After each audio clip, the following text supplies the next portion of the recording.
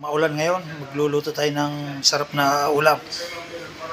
Ito, bawang, sibuyas, at papakita ko sa inyo mamaya. Dahil maulan, magluluto tayo ng masarap na ulam. Wala kayo, magigisa tayo. Masarap na ulam dahil maulan. Ito ang masarap na ulam ngayon.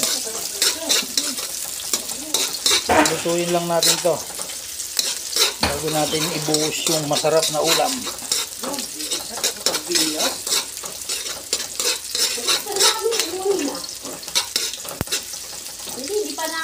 O yan lakay, masarap na ulam ngayon.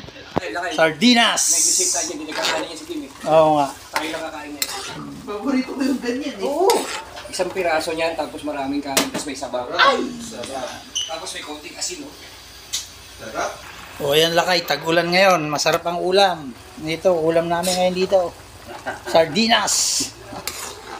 Yan ang ulam ngayon, tag-ulan. Pangmasa. O yan, lakay.